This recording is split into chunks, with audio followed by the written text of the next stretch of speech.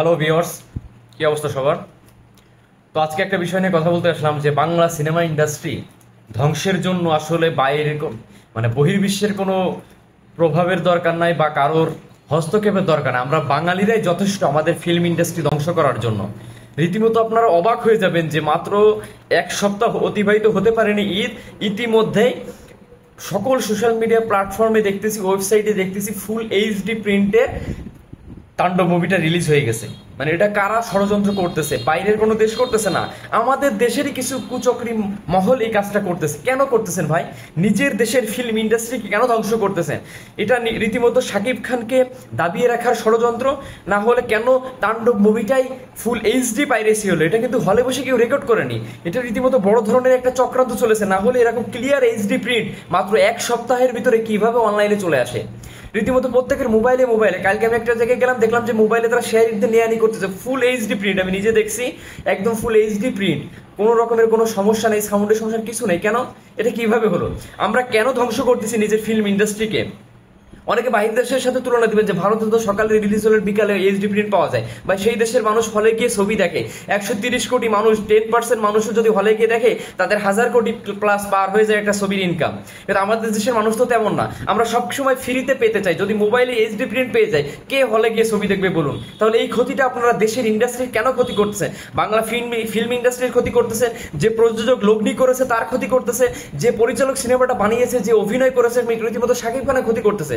তারা যে একটা স্বপ্ন দেখতেছে, 100 কোটি টাকার একটা স্বপ্ন দেখতেছে, সেটা বরবাদেও আমরা দেখেছি আটকে দিয়েছে 70-80 কোটিতে, যে থেমে গেছে, পাইরেসি হয়ে গেছে। কিন্তু সেটা ছিল অন্তত 1.5-2 মাস পরে। কিন্তু তাণ্ডবের ক্ষেত্রে দেখতেছি মাত্র 7 থেকে 8 দিনের ভিতরে এইচডি প্রিন্ট অনলাইনে মানে ভাইরাল হয়ে গেল। এটা কিভাবে? এটা কারা করতেছে? কেন এই মহল এখনো আমি দেখতেছি যে রায়হান রাফি ভাইয়া বা শাহরিয়ার শাকিল যারা প্রযোজক আছেন, বা তারা সবাই চুপ। আমি বুঝতেছি না যে কেউ কেন কিছু করতেছে না। অনলাইনে রীতিমতো এটা ছড়িয়ে পড়েছে, কেউ তার হলমুখী হবে না। মানুষ হলে গিয়ে ছবি দেখে না, বাঙালি হলে গিয়ে ছবি দেখে না। এই যে একটা ট্রেন্ড, সেটা কিন্তু ভেঙে রায়হান রাফি প্রমাণ করেছে। এখন মানুষ হলে যাচ্ছে, ঈদের সময় উপচে পড়া ভিড়। এখনো কিন্তু সিনেপ্লেক্সে আপনারা দেখবেন যে টিকিট পাওয়া যাচ্ছে না, এখনো মানুষ যাচ্ছে। কিন্তু যারা এই কাজটা করতেছেন, এই যে পাইরেসির সাথে যারা জড়িত, তারা রীতিমতো মানে কি লাভ, কি স্বার্থে আপনারা এটা করলেন? দেশের ক্ষতি করলেন, আপনার নিজ দেশের ফিল্ম ইন্ডাস্ট্রির ক্ষতি করলেন। যে বিগ বাজেট একটা সিনেমা করবে, যে একটা বড় স্বপ্ন দেখবে, যে এই সিনেমা থেকে টাকা উঠে আসবে, সেই স্বপ্নটাকে আপনারা ধূলিসাৎ করে দিয়েছেন। এটা কেন করতেছেন ভাই? আপনারা এটা বন্ধ করুন। নিজের দেশের জন্য অন্তত মমত্ববোধ, দেশপ্রেম যদি আপনাদের থেকে থাকে, আমরা কেন এই ফিল্ম ইন্ডাস্ট্রি ধ্বংসের জন্য এটা পাইরেসি করে দিচ্ছি আমি বুঝতেছি না। আপনারা প্লিজ এটা বন্ধ করুন। আর আপনারা যারা আছেন এই ফিল্ম সংশ্লিষ্ট, তারা অবশ্যই এই বিষয়ে পদক্ষেপ গ্রহণ করুন। না হলে কিন্তু মানে অচিরেই বাংলা ফিল্ম ইন্ডাস্ট্রি আবার ধ্বংসের দিকে চলে যাবে।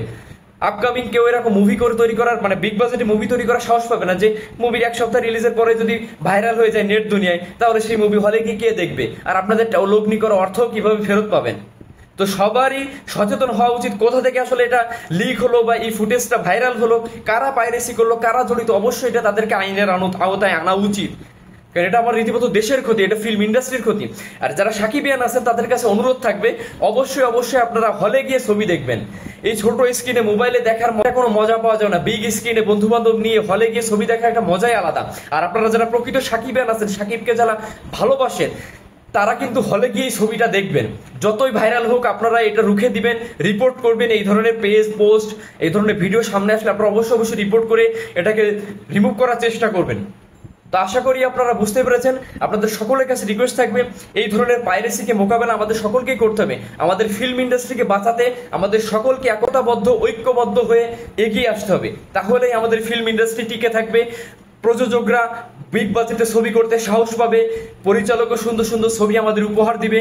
ঈদে এই যে বন্ধু বান্ধব আত্মীয় স্বজন নিয়ে হলমুখী দর্শক হচ্ছে, এর জোয়ার যেন অব্যাহত থাকে, এই প্রচেষ্টাই যেন আমাদের সকলের হয়।